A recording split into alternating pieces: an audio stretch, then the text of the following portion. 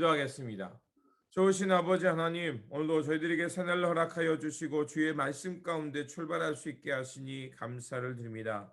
주님, 주님의 말씀을 통해서 우리 안에 새 마음, 새 영을 불어넣어 주셔서 그래서 우리 안에 굳은 마음을 제하여 주시고 주님께서 주시는 새 마음 붙들고 하나님 나라, 하나님의 거룩한 뜻을 향해 살아가는 우리 모두가 되게 하여 주시옵소서. 우리 구주 예수 그리스도의 이름으로 기도드립니다. 아멘. 오늘 우리에게 주신 말씀은 에스겔서 11장입니다. 본문 읽기는 11장 1절에서 10절입니다. 그때 주의 영이 나를 들어 올려서 여호와의 전 동문 곧 동양한 문에 이르시기로 보니 그 문에 사람이 25명이 있는데 내가 그 중에서 아술의 아들 야아사나와 분하야의 아들 블라다를 보았으니 그들은 백성의 고관이라. 그가 내게 이르시되 인자야, 이 사람들은 불의를 품고 이 성 중에서 악한 꾀를 꾸미는 자니라. 그들의 말이 집 건축할 때가 가깝지 아니한즉 이 성읍은 가마가 되고 우리는 고기가 된다 하나니, 그러므로 인자야, 너는 그들을 쳐서 예언하고 예언할지니라. 여호와의 영이 내게 임하여 이르시되 너는 말하기를 여호와의 말씀에 이스라엘 족속아, 너희가 이렇게 말하였도다. 너희 마음에서 일어나는 것을 내가 다 아노라. 너희가 이 성읍에서 많이 죽여 그 거리를 시체로 채웠도다. 그러므로 주 여호와께서 이같이 말씀하셨느니라. 이 성읍 중에서 너희가 죽인 시체는 그 고기요 이 성읍은 그 가마인데 너희는 그 가운데서 끌려 나오리라. 나 주 여호와가 말하노라. 너희가 칼을 두려워하니 내가 칼로 너희에게 이르게 하고 너희를 그 성읍 가운데서 끌어내어 타국인의 손에 넘겨 너희에게 벌을 내리니 너희가 칼에 엎드려질 것이니라. 내가 이스라엘 변경에서 너희를 심판하니 너희는 내가 여호와인 줄을 알리라. 아멘. 오늘 본문 말씀은 하나님의 심판과 포로된 이들에 대한 은혜에 관한 말씀입니다.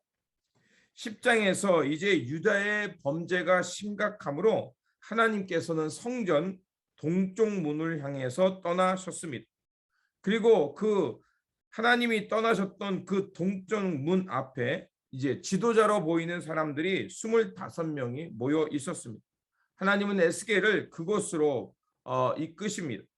그리고 그 성읍에서 그 동쪽 문 앞에서 그 사람들이 무엇을 꿰고 있었는지 하나님은 에스겔에게 보게 하십니다. 그들은 포악하고 악독한 일을 꿰고 있었다라고 하나님은 보십니다. 이들이 말하기를 3절에 뭐라고 말하냐면 그들의 말이 집 건축할 때가 가깝지 아니한즉 이 성읍은 가마가 되고 우리는 고기가 된다 하나니, 이렇게 말하고 있습니다. 성읍이 공격당해도 자신들은 안전하기에 이제는 우리는 더 이상 어려움이 없을 거다라고 거짓 발언을 하고 있는 것입니다. 이들은 백성을 바른 길로 인도해야 될 고관임에도 불구하고 그들은 오히려 자신들의 안위만 생각하면서 잘못된 희망을 주고 있는 것입니다. 하지만 그것은 그들의 착각이었습니다. 하나님은 그들이 안전하다고 생각했던 예루살렘 성읍, 잠깐의 평화는 더 큰 재앙과 더 큰 칼의 심판이 있음을 그들에게 말씀하셨습니다. 하나님은 그들을 남겨두었던 것은 참된 회개와 하나님의 율례를 지키며 하나님의 뜻을 따라 거룩함을 회복하기 위해 남겨두셨습니다. 하지만 그들은 오히려 더 강팍하고 이방의 규례를 따라 살면서 여전히 돌이키지 않고 하나님 앞에 범죄하고 있었던 것입니다. 그래서 12절에 이렇게 말합니다. 너희는 내가 여호와인 줄을 알리라. 너희가 내 율례를 행하지 아니하며 규례를 지키지 아니하고 너희 사방에 있는 이방인의 규례대로 행하였느니라 하셨다 하니라. 그들은 여전히 깨닫지 못하고 있었습니다. 그런 와중에 무리 가운데 한 사람인 블라다가 죽게 됩니다. 그러자 에스겔은 놀라 하나님께 다시 한번 부르짖으며 남은 자 모두를 멸하지 말라고 기도합니다. 그때 하나님께서는 남겨둔 사람들은 예루살렘 성읍에 있는 사람들이 아니라 오히려 이방 땅으로 끌려간 자들이 바로 남은 자가 될 것임을 말씀하시고 그들을 다시 회복하셔서 예루살렘으로 돌아와 하나님 나라를 회복하게 하실 것이라고 말씀합니다. 그래서 하나님은 다시 한번 그래서 남은 자들 비록 이방 땅에 끌려갔지만 그들이 하나님의 은혜 가운데 회복돼서 돌아오는 그때를 얘기합니다. 그래서 17절에서부터 20절에 이렇게 말합니다. 너희는 또 말하기를 주 여호와의 말씀에 내가 너희를 만민 가운데서 모으며 너희를 흩은 여러 나라 가운데서 모아 내고 이스라엘 땅을 너희에게 주리라 하셨다 하라.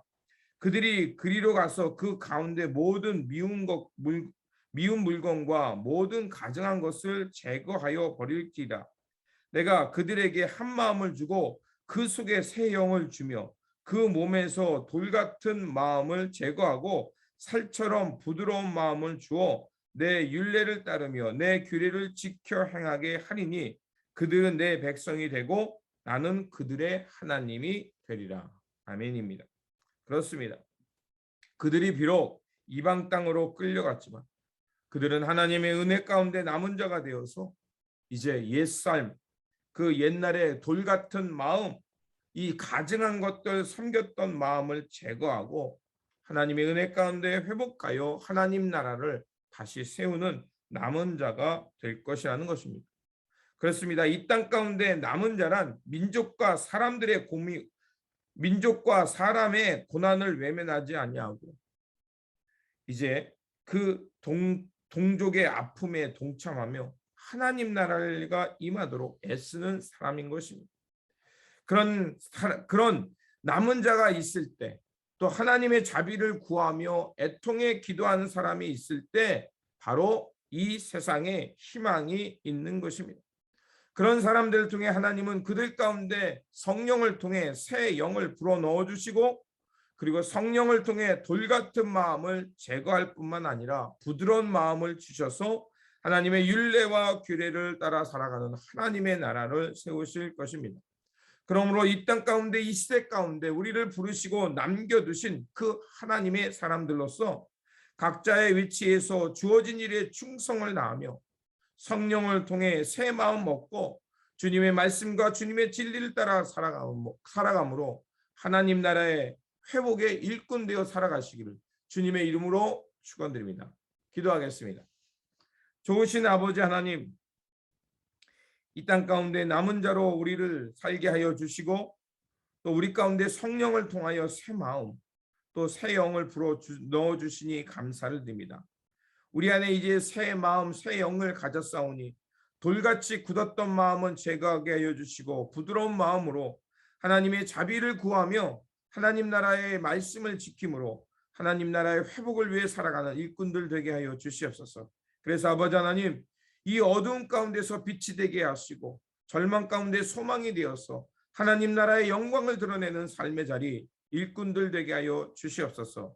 우리 구주 예수 그리스도의 이름으로 기도드립니다. 아멘. 오늘 우리에게 주신 말씀 붙들고 살아가는 한 날이 되시기를 바라며 이 시대의 남은 자가 되어서 새 마음 또 새 영 가운데 이제 하나님 나라 회복을 향해 씩씩하게 살아가는 저와 여러분들이 되시기를 바랍니다. 주님의 평안이 함께 하시기 바랍니다.